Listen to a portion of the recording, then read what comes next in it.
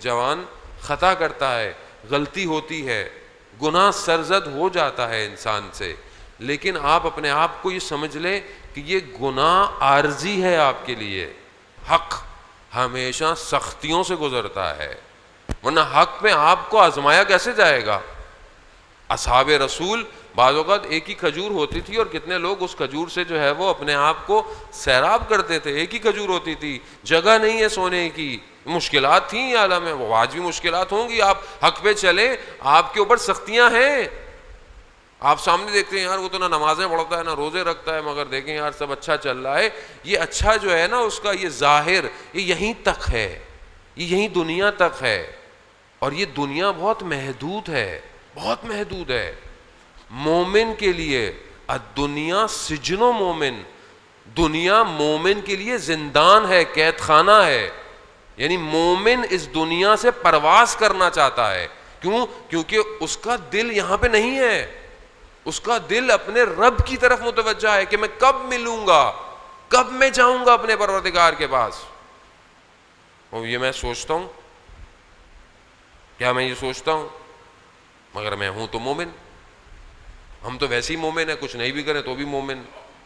ہمیں تو کہا ہی جاتا ہے یہ مومن ہے. مومن کون سا مومن ہے یہ نہیں پتا کسی کو. مومن تو یہ تو شکر کریں اللہ کا کہ اللہ نے ہمیں مومن کا کم از کم لیبل تو دیا ہوا ہے کہ ہم مومن ہیں. اب چاہے ہم اپنے عمل سے اظہار کریں یا نہ کریں، عزیزان محترم کم از کم ہم اپنے ائمہ کے سامنے شرمندہ نہ ہوں، شرمندہ نہ ہوں.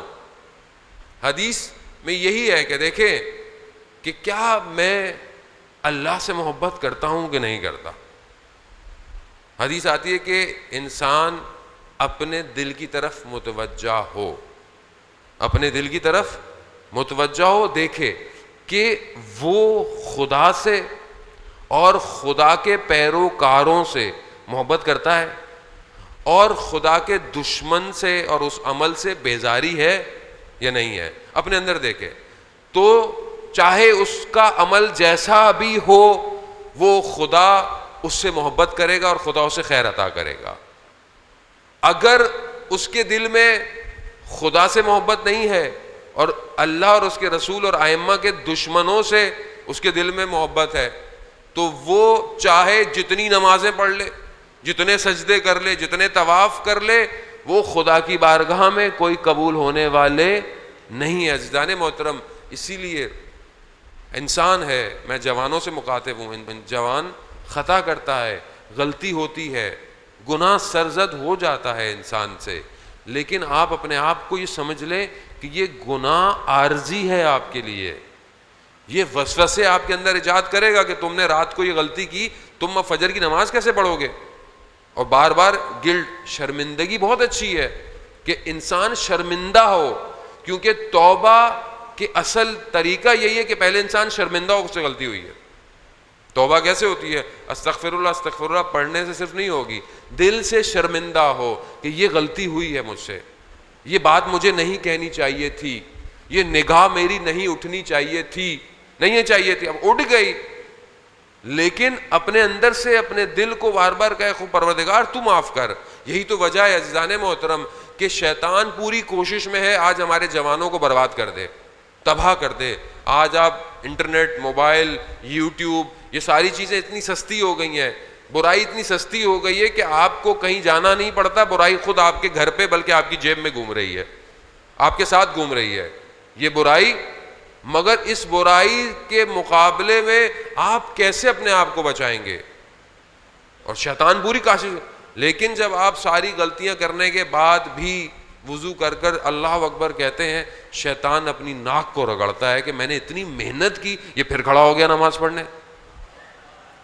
یعنی یہ حدیث ہے کہ جب بھی انسان نماز پڑھتا ہے شیطان اپنی ناک کو رگڑتا ہے. تو آپ کا نماز پڑھنا شیطان کو ناک رگڑوانا ہے. ہمیشہ اس کو سمجھنے کی کوشش کریں کہ خداوند متعال کو پسند ہے عبادت میں سب سے بہترین جو رکن ہے وہ سجدے کا ہے.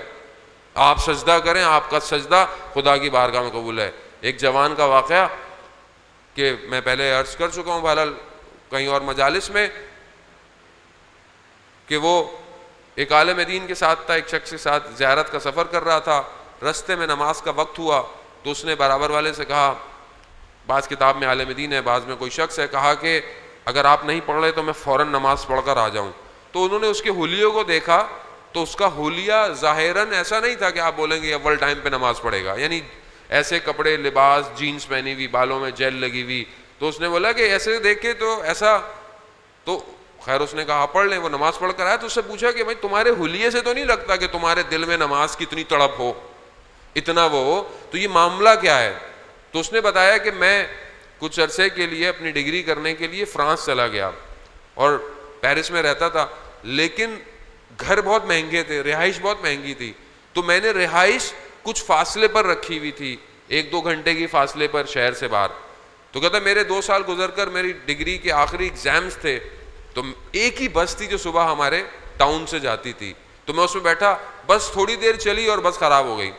اور بس جب خراب ہوئی تو مجھے تھوڑی سی بے چینی ہوئی، لیکن وہ بس ڈرائیور لگا رہا مگر بس صحیح نہیں ہوئی. میں ہائی وے پہ آیا کہ شاید کوئی گاڑی گزرتی ہوئی مل جائے، تو مگر کوئی گاڑی بھی نہیں آئی. جب وقت گزر گیا اور ڈرائیور نے بولا کہ مکینک لانا پڑے گا، گاڑی صحیح نہیں ہوگی، تو کہہ رہا میرا اضطراب بڑھ گیا اور مجھے ہوا کہ میں اتنی جو محنت کی تھی وہ کہیں ضائع نہ ہو جائے. تو کہتا ہے میں سڑک کنارے بیٹھ گیا اور جب میں نہیں آیا تھا یہاں تو میں نماز کا پابند تھا، لیکن یہاں آ کر تھوڑا میں سست ہو گیا، نماز میں کوتاہی کرنے لگ گیا. اس وقت میں نے وقت کے امام کو پکارا اور کہا یا امام زمانہ مجھے اس مشکل سے نکال دیجئے، میں وعدہ کرتا ہوں نماز آئندہ اول وقت پڑھوں گا. کہتا ہے میں نے جیسے ہی یہ اپنے ضمیر سے گفتگو کرتے ہوئے اپنے مولا سے توسل کیا تو میں نے دیکھا کہ اچانک سے کوئی شخص آیا اور اس نے ڈرائیور کو بولا کہ بس اسٹارٹ کرو. اس نے جیسے ہی اسٹارٹ کی بس اسٹارٹ ہو گئی. میں بھاگتا ہوا پہلا شخص تھا جو بس میں بیٹھا، لیکن ابھی میں دروازے سے اندر داخل ہوا تو وہی شخص گھومتا ہوا دروازے پر آیا اور اس نے مجھے کہا یہ جو تم نے وعدہ کیا ہے اس پر قائم رہنا. کہتا ہے میں ایک دم میرا بدن خشک ہو گیا ایک دم کہ اس شخص کو کیسے پتا چلا کہ میں نے کوئی وعدہ کیا ہے. ابھی میں سمجھتا کہ یہ شخص کون تھا، دیکھا تو وہ شخص غائب ہو گیا.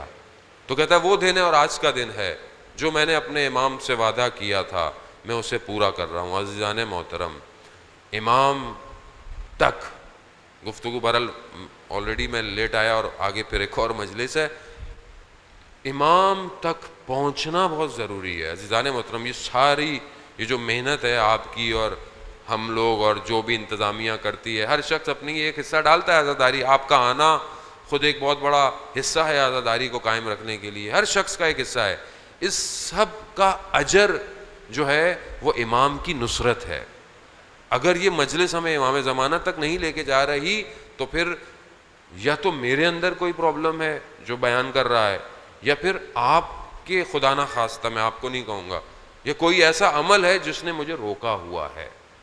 ہمیں امام تک پہنچنا ہے. عزیزان محترم، یہ جو صفتوں کے اندر خوبیاں ہیں یہ خدا نے ہمیں عطا کی ہیں.